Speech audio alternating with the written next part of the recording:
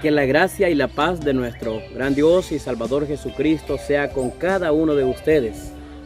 En esta ocasión queremos darles la más cordial bienvenida a un nuevo tema de la palabra de Dios. Hoy abordaremos el tema lo que la Biblia enseña acerca del pecado.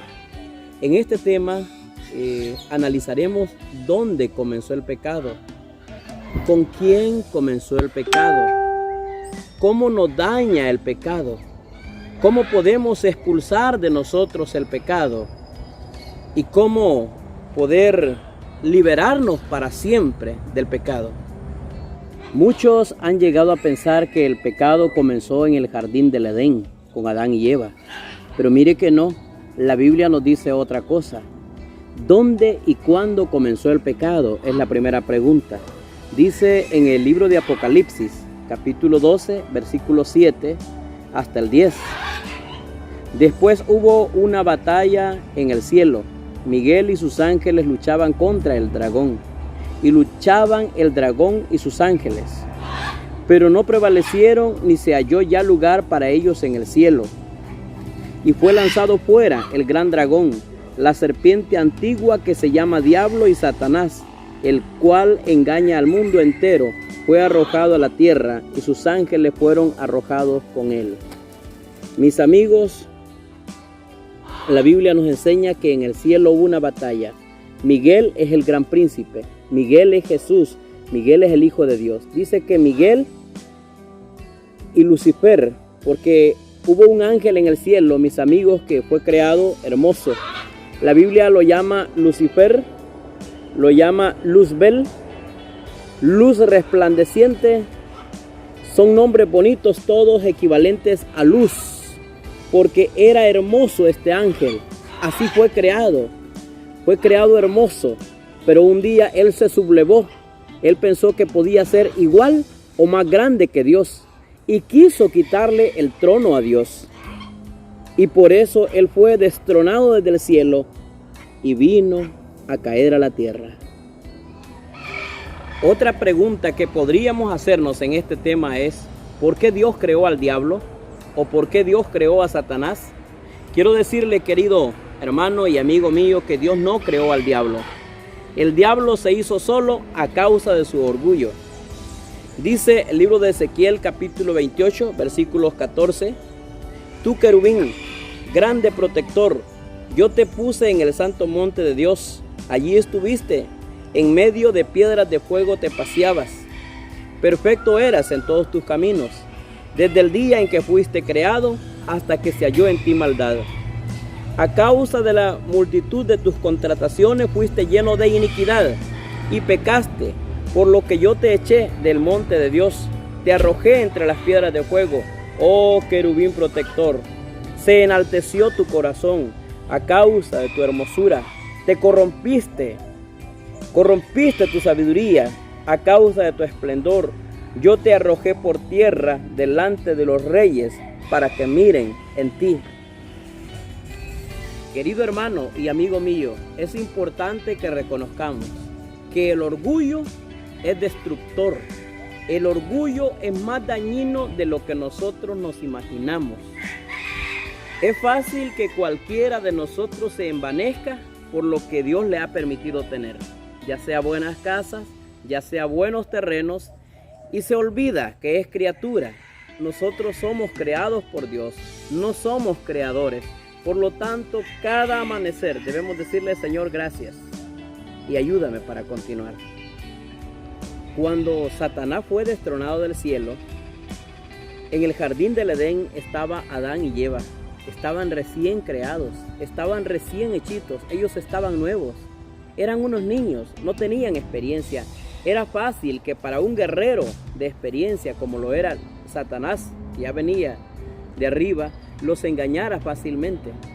Dice en el libro de Génesis capítulo 2 versículo 17 que Dios les había dicho antes: mas del árbol de la ciencia del bien y del mal no comerás, porque el día que de él comieres ciertamente morirás. Dios había dado una señal de obediencia a Adán y a Eva, pero ante esa señal Satanás tenía mucho más astucia. Satanás tenía mucha más experiencia. Era difícil para ellos. He escuchado a muchas personas que ya tienen años de ser cristianos en su iglesia y tratan de burlarse de Satanás. Eso no lo haga, querido hermano y amigo. Satanás es un guerrero de mucha experiencia y él no ha peleado con humanos. Satanás ha peleado con Jesús, aunque fue destronado, pero tuvo la valentía de ponerse de tú a tú con Jesús en el cielo. Él es un guerrero de experiencia. Ahora, veamos qué nos dice la Biblia en el libro de Génesis, capítulo 3, versículos 1 en adelante. Pero la serpiente era más astuta que todos los animales del campo que Jehová Dios había hecho, la cual dijo a la mujer: ¿con que Dios os ha dicho no comáis de todo árbol del huerto? Y la mujer respondió a la serpiente: del fruto de los árboles del huerto podemos comer, pero del fruto del árbol que está en medio del huerto, dijo Dios, no comeréis de él, ni le tocaréis, para que no muráis. Entonces la serpiente le dijo a la mujer: no moriréis, sino que sabe Dios que el día que comáis de él serán abiertos vuestros ojos y seréis como Dios, conocedores del bien y el mal. Y vio la mujer que el árbol era bueno para comer y que era agradable a los ojos y árbol codiciable para alcanzar la sabiduría. Y tomó de su fruto y comió y dio también a su marido, el cual así comió como ella. Por lo tanto, hay una pregunta siguiente. ¿Qué cosa es pecado? ¿Qué es pecado? Primera Juan 3:4 dice: todo aquel que comete pecado infringe también la ley, pues el pecado es infracción de la ley. El pecado es un quebrantamiento a las leyes de Dios. ¿En qué territorio está la persona que no deja de practicar el pecado?